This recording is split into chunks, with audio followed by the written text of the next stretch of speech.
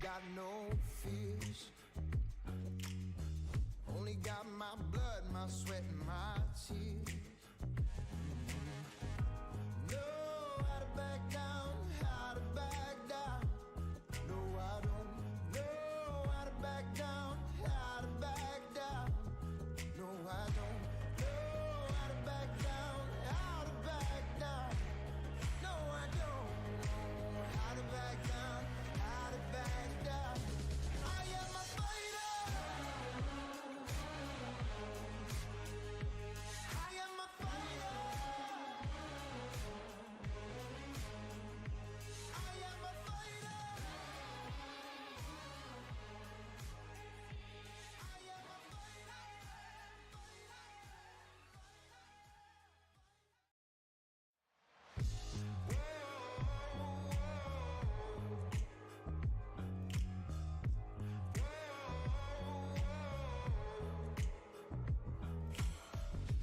Careful who you cross, careful who you test. I don't know. I'll get the thing.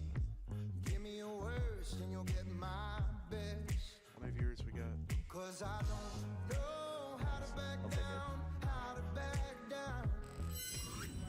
Ladies and gentlemen, Welcome to the announcing of Blood and Warguts. this is the moment you have been waiting for. Yeah, everyone's been talking about it, you know. Everyone's been asking, what's with Blood and Warguts? What was with that announcement, you know? All 2 people. Including us. Yeah. All right. Alright, so this is a one-of-a-kind event. The first of its kind, actually, to take place in Oklahoma. A step, I believe a true step above a salty sweet. This is bigger. This will be better. It'll be grander. I believe that this has the potential to take off in a true spectacular fashion, if you will. And I believe that this will be huge. I believe this is something that you are not going to want to miss. I believe that we got an exceptional card full of Oklahoma's best Smash players ready to compete for some prize money. Because everybody knows money makes the world go around. Money talks. Money does talk. Here. Yeah, so we have, you may be surprised about, like, who is doing this, right? Because, you know, some people haven't really been to tournaments recently, especially the ones that aren't in their region, you know? Exactly. Yeah, it's a large amount of money. It's being thrown around for, you know, Oklahoma money matches. Not large, but big, you know? Bigger than you really ever see in most tournament spaces, honestly. Yeah. But yeah, these are exciting.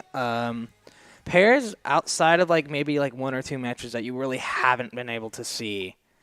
Like we're just kind of taking, I want to say, stuff out of left field and putting together 2 people who necessarily might not have beef with each other, but are destined to compete and are willing to put themselves over in this battle, in this challenge. Yeah. Should we start? I believe we can start. So this will be the opening match of Blood and Warguts, we have Perry from Texoma facing Garp. And I do believe that this will be the one match that will put us on the map. Not specifically in terms of these guys don't really know each other. These guys haven't ever really played each other, but personally, Perry wanted to throw out this challenge. He believes that he can take Garp in a first to 5 with $50 on the line. This is really a match to prove the prowess of Texoma, all right? If this is a win for Texoma, it could be huge, you know? Because a lot of people don't... There's this weird, like, you know, disrespect when it comes to Texoma for some reason. It's a powerful region. Undoubtedly so, right? But do you think they can handle Metro? One of Metro's finest. One of the Metro's finest, Roy. Yeah. And no bias, but, you know, I'm thinking Texoma could take this. They could take it.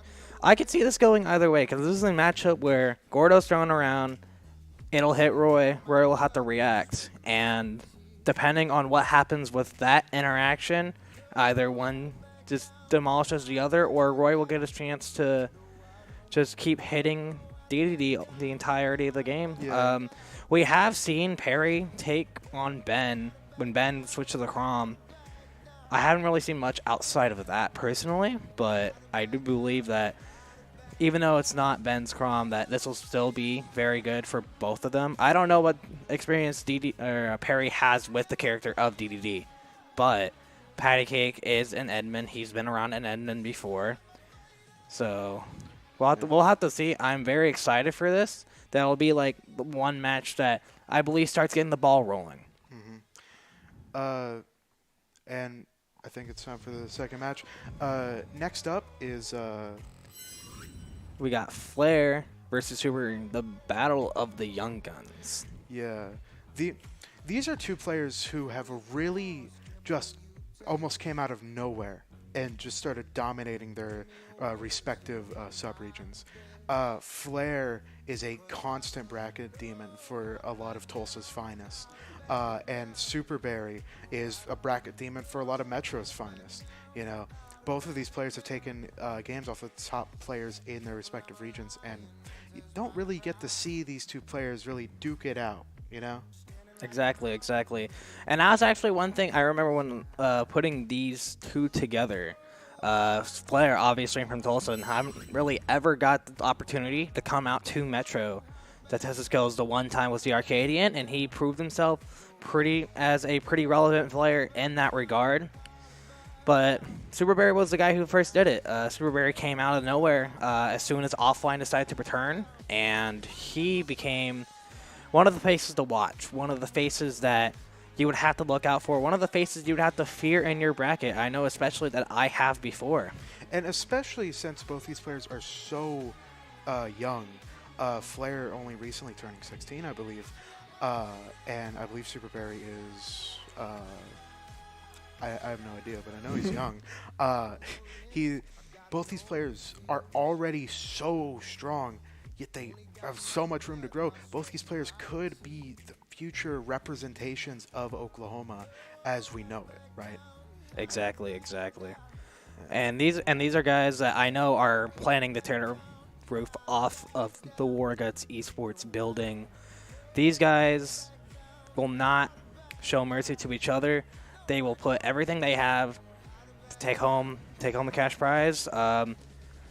And especially Flair, he will just study his opponent ruthlessly. He will get to the answer as fast as he possibly can. Barry, I've talked to him. He's excited. He's excited for this. He is ready to prove himself worthy of coming out on top. Yeah. And I believe now we can come to our third match on the card. And we have the one and only Meat Biscuit taking on Charlie. Yeah. Both of these players are known for their very slow, methodical game plans. Both these players are known for really, taking their time, almost like tearing, their opponents apart, piece by piece, limb by limb. rarely get to see these two players fight though, since Meep, he's been busy with life stuff, and Charlie, he's usually stays in Metro. Yeah. And these guys actually haven't personally played each other in a very long time. Meep obviously holding it down in Tulsa, doing exactly what he can. Has been doing relatively well over the past couple of months, making it on PR for the first time in his Smash Ultimate career. Smash career, actually. And these guys actually are back-to-back on the PR. Meep is, well, I believe, number 10 and number 11 exactly. I can't remember exactly which one is where, but I know they are back-to-back for sure. Yeah, this is almost as close of a matchup as you really can get. Both these players usually place similarly. They usually do well against similar players. It's even. It's truly even. Yeah, and I did actually believe that whenever I was putting these guys together. I do believe that we could have a possibility of getting a counter-pick war between these guys because both of them actually have a Diddy Kong in the back. Don't know if we'll actually be able to see it, but Meep definitely has the characters to throw around. So does Charlie. We haven't really seen too many of Charlie's different characters throughout the different tournaments that he's been around, but he has thrown around his Pichu. He has thrown around his Marth and Lucina. He has thrown around obviously the Duck Hunt and the Diddy. Meep honestly, if you put these guys in squad strike together, I think you'll get as even as a match if you do in singles anyway. Yeah, their secondaries are incredibly good, and they have a good amount of them. I'll be like talking to Meep about like, oh yeah, this character, and he'll be like, yeah, I'm pretty decent with them. Like, how are you good with every character? How are you good with the entire cast? Yeah, Meep definitely has the skill to keep that up. Meep has the Snake, the Diddy Kong, the Pyramithra. He had the PT at the very beginning of the game, and he has a bunch of other characters that he has thrown around constantly at Tulsa. The Game & Watch is pretty famous for taking the set off of Mr. Quick not too long ago, early on in the season of fall or late 2021. And these guys, I believe, will throw it down pretty hard. I'm looking forward to this. Yeah, this one's going to be a real good match. Maybe a little hard to commentate, but, a real good match. Exactly. And next, my personal favorite match, the pre-main event and the follow-up to the first of 10 that took place in December of 2021. JK Sonic versus Caden 2. Yeah, so both these players, they fight quite a bit. They're one of the matchups that you see the most in Oklahoma. And the set count is technically even, but there might have been a little sway in a certain direction. I'm not trying to be biased here or anything. But yeah. What do you have to say about both these players, JK? What do you mean both these players? I'm one of them. What? Do you want me to just talk about myself for 5 minutes? Yeah. I mean, I guess I could do that, but Tell us about up throw up air. Up throw upper. I mean, it works. You might see it. You might not see it. I might get it. You might not. I might not be able to get it because it's hard. It's a 1 to 3 frame window. But both these players are incredibly talented. Both these players are, I believe, pretty close in PR, right? PR. Oh, actually, I'm 13th. He is 7th. He got wins earlier than I could, or better wins than I could, more consistently. But one thing is for certain, he's been on a little bit of something lately. He lost a drip. He hasn't been around. He's been losing the flare. He's been not necessarily winning all the tournaments that he claims he can win. And something for sure is that I'll be able to prove to everybody, no matter if you're Metro, no matter if you're Stillwater, no matter if you're in the Wastelands, no matter if you are in Tulsa, that Tulsa is free.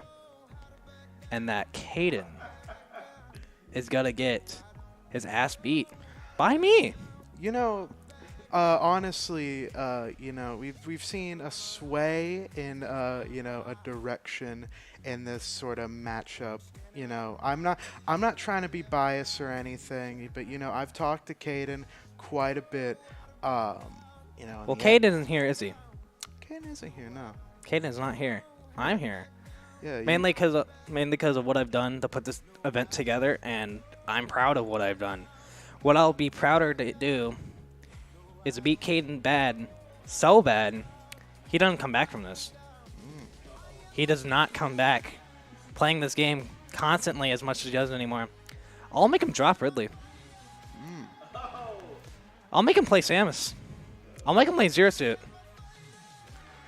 I'll beat him so bad, he won't ever want to play Ridley to me ever again. That's interesting. But something I should mention is that this is our main event, Yeah, the main event.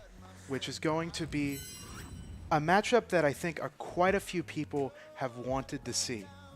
The best in Oklahoma versus the best in Texoma, I believe. Absolutely. I'm really excited to personally see these Texoma guys come out. They've never really been to Tulsa in a fashion like this. I don't think they've really been to Tulsa, period. But absolutely for sure that this is going to be a run back from Sabotage 3. These guys did end up playing. It was 3-1, Vapor favored. But I do believe that it wasn't really the brightest that we got to see of Solus, because Solus, have you ever seen him play? He's dismantled and disrupted anything that goes on from Texoma. He is the guy who, personally, I believe, dominates Texoma. And that might not even be a argument with me. That might just be a truthful statement. Yeah. Something about both these players is they come from regions that don't really get, respected as much as they really should be, right? Vapor from Stillwater, Solus from Texoma. Even though these regions have quite a few very strong players who, prove their strengths, over and over. Like, remember Dopamine?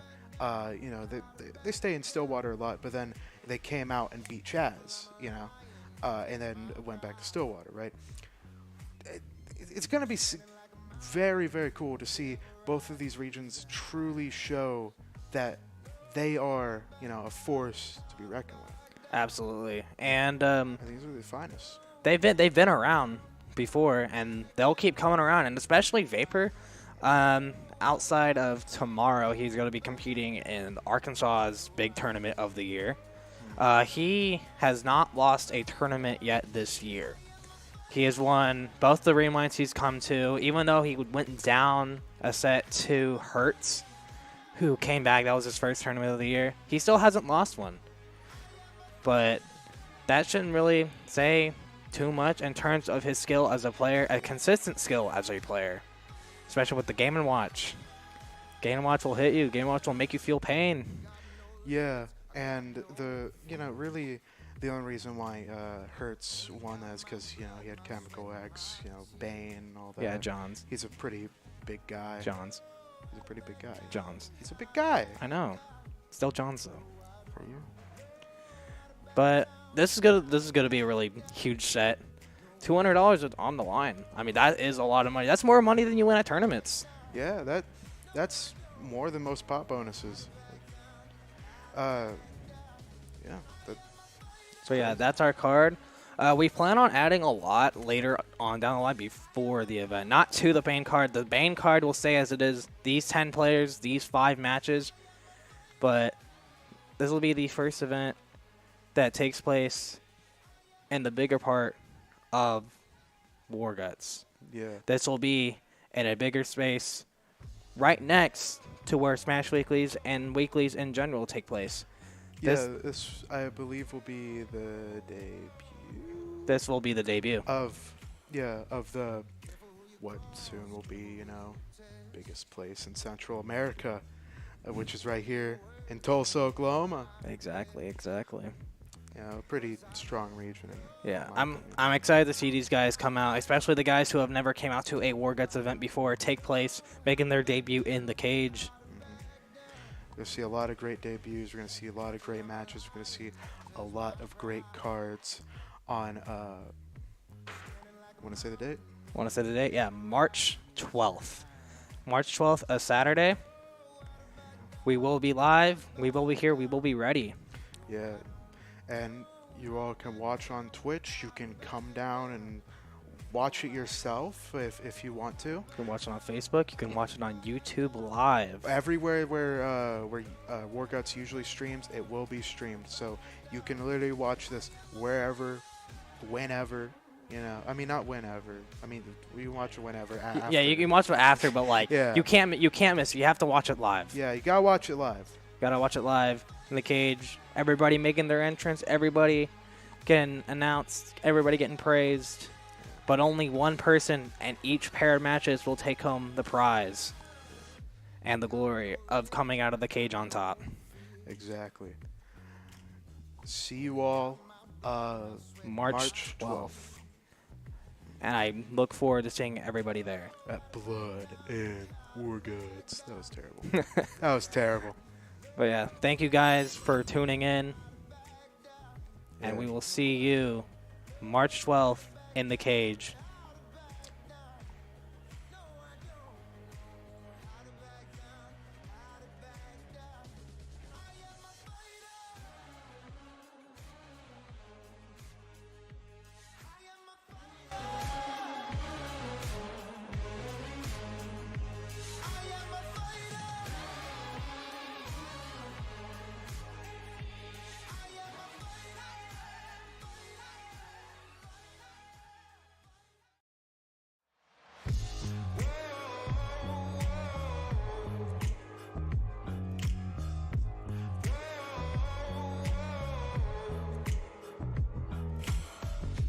Careful who you cross, careful who you test.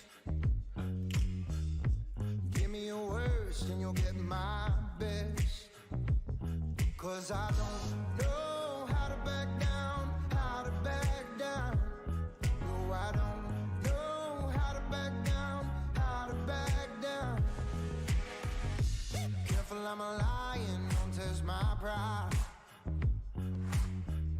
Standing like a mountain, looking the devil right in his eyes.